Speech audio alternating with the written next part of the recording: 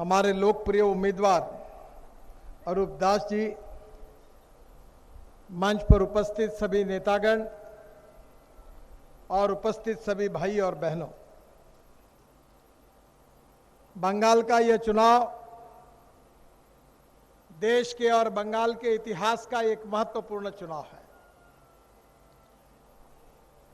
बंगाल राज्य की निर्मित होने के बाद आप सब लोगों ने कांग्रेस को आजमाया है, सीपीएम को आजमाया है और तृणमूल कांग्रेस को भी अच्छी तरीके से परख लिया है। बंगाल की गरीबी, भूखमरी और बेरोजगारी दूर करने का विश्वास ये पार्टियां देती रही, घोषणाएं होती रही, पर आज भी बंगाल गरीबी और भूखमरी और बेरोजगारी से त्रस्त है। बहनों और भाइयों, बंगाल की जनता परिवर्तन चाहती है। बंगाल की जनता ये समझ चुकी है कि हमने कांग्रेस और सीपीएम को भी आजमाया है और तृणमूल कांग्रेस और ममता जी को भी हमने अवसर दिया है, पर अवसर देने के बाद जो बंगाल की जनता की आशा थी, अपेक्षा थी, आकांक्षा थी, वो पूरी नहीं हो सकी। और इसलिए बंगाल की जनता ने यह निर्धार किया है कि इस चुनाव से परिवर्तन होगा, बंगाल में भारतीय जनता पार्टी की जीत होगी और आने वाली सरकार भारतीय जनता पार्टी की बनेगी, यह निश्चित है। आज केंद्र में हमारी सरकार है।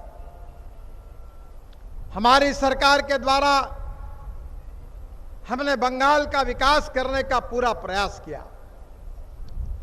मुझे याद है कि आपके इसी क्षेत्र के नजदीक मैं शिपिंग और पोर्ट का मंत्री था।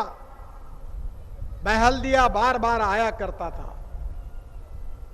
जो ताजपुर की बात हो रही थी, और ताजपुर में पोर्ट बनाने का निर्णय मैंने किया था। अगर वो पोर्ट बनकर अगर मार्ग खुला हो जाता तो बंगाल के लाखों युवाओं के हाथों को काम मिल सकता था, पर बंगाल की सरकार का सहयोग नहीं मिल पाया। बहनों और भाइयों, मैंने पश्चिम बंगाल में सागरमाला योजना में करीब 33,000 करोड़ रुपए की 42 परियोजना को शुरुआत काम शुरू कर दिया। मुझे खुशी है कि इन सब योजनाओं के द्वारा हल्दिया पोर्ट का बहुत जोरदार विकास हुआ है। हम हल्दिया पोर्ट के द्वारा यहां के स्थानिक युवाओं को रोजगार देना चाहते थे। पोर्ट के आधुनिकीकरण के लिए 21 परियोजनाएं थी, 11,000 करोड़ रुपए की। पोर्ट कनेक्टिविटी के लिए 15 परियोजना थी, 16,000 करोड़ की। और पोर्ट लेड में इंडस्ट्री तैयार करने के लिए 4 योजनाएं थी, 7,000 करोड़ की। ये सब योजनाएं करने के पीछे उद्देश्य यही था कि बंगाल में युवाओं के हाथों को काम मिले। मैं ट्रांसपोर्ट का मंत्री हूं। नंदीग्राम में एक बहुत बड़ा ऑटोमोबाइल उद्योग लाने की बात चल रही थी, पर इस सरकार ने उसको भगा दिया। आज मेरे अधिकार में हमारे देश में ऑटोमोबाइल इंडस्ट्री 4.5 लाख करोड़ की है और करीब आने वाले 5 साल में मैं कोशिश कर रहा हूं कि यह उद्योग 10 लाख करोड़ रुपए का होगा। देश में सबसे ज्यादा रोजगार देने वाला यह उद्योग है।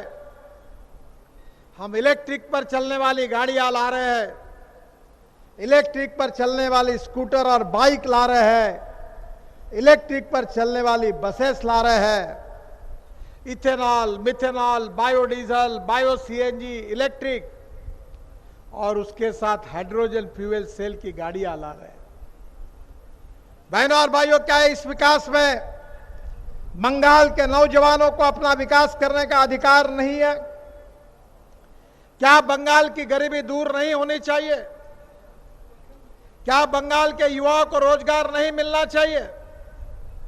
क्या बंगाल में अच्छे रोड नहीं बनने चाहिए? क्या बंगाल में अच्छे पोर्ट नहीं बनने चाहिए? क्या बंगाल के गांव, गरीब, मजदूर, किसान का कल्याण नहीं होना चाहिए?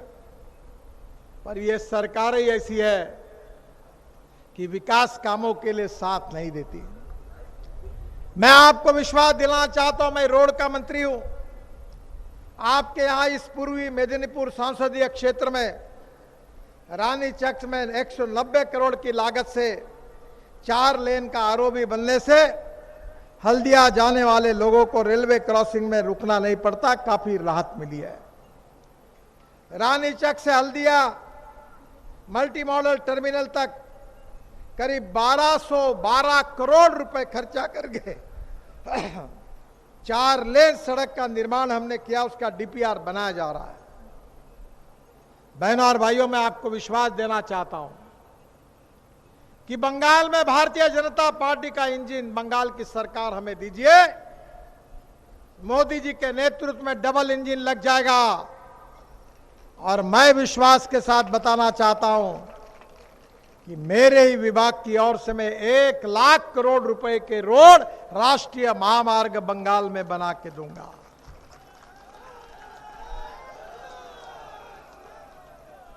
हम बंगाल का विकास करना चाहते हैं। हमने जलमार्ग का विकास किया, ब्रह्मपुत्रा में जलमार्ग बनाया। इतना ही नहीं तो बांग्लादेश में जाकर मुंगली पोर्ट तक मैंने ड्रेजिंग पूरा कर दिया। हल्दिया से वाराणसी तक गंगा में जलमार्ग का निर्माण किया। इससे नए उद्योग और व्यापार क्षेत्र को गतिशीलता मिली है। आपको पता होगा कि रोड से जाने के लिए अगर 10 रुपए खर्चा आता है, रेलवे से जाने के लिए 6 रुपए खर्चा आता है, तो पानी से जाने के लिए केवल 1 रुपए खर्चा आता है। अगर हमारी लॉजिस्टिक कॉस्ट कम होगी तो बंगाल में उद्योगों की स्थापना होगी, और बंगाल में उद्योग आएंगे तो बंगाल के नौजवान लोगों के हाथों को काम मिलेगा और बंगाल की गरीबी दूर होगी। और इसीलिए बंगाल का विकास करने के लिए भारतीय जनता पार्टी ने इस आह्वान को स्वीकार किया है कि तख्त बदल दो, ताज बदल दो, भ्रष्टाचारियों का राज बदल दो, यही नारा हमने दोहराया है। और मैं आपको कहना चाहता हूं कि विकास को विरोध करने वाले, बंगाल के गरीब को और गरीब करने वाली इस राज्य सरकार को हटाना, यही बंगाल की जनता में हित में है। और इसीलिए मैं आपसे आह्वान करने के लिए आया हूं कि इसी क्षेत्र के हमारे युवा उम्मीदवार जो दमदार है, आपकी समस्या को लड़ सकते हैं, आपको न्याय दिला सकते हैं, ऐसे अरूप दास जी यहां से हमारे उम्मीदवार हैं। आप उनको प्रचंड मतों से विजयी बनाइए, कमल के फूल की बटन दबाइए, ऐसा करंट लग जाएगा कि ममता जी जिस कुर्सी पर बैठी है उस कुर्सी से 3 इंच ऊपर उड़ जाएगी, इतना जोरदार करंट लग जाएगा। आप अनूप जी को, अरूप जी को चुनकर दीजिए, बंगाल में परिवर्तन करिए, बंगाल का विकास करिए, और नरेंद्र मोदी जी के नेतृत्व में जो भारत की सरकार है उसका इंजन, बंगाल के राज्य सरकार का, भाजपा सरकार का दूसरा इंजन, और ये डबल इंजन से बंगाल की बुलेट ट्रेन, विकास की बुलेट ट्रेन तेजी से दौड़ेगी और बंगाल की गरीबी, भूखमरी और बेरोजगारी दूर होगी। यही विश्वास दिलाने के लिए मैं आपके पास आया हूं।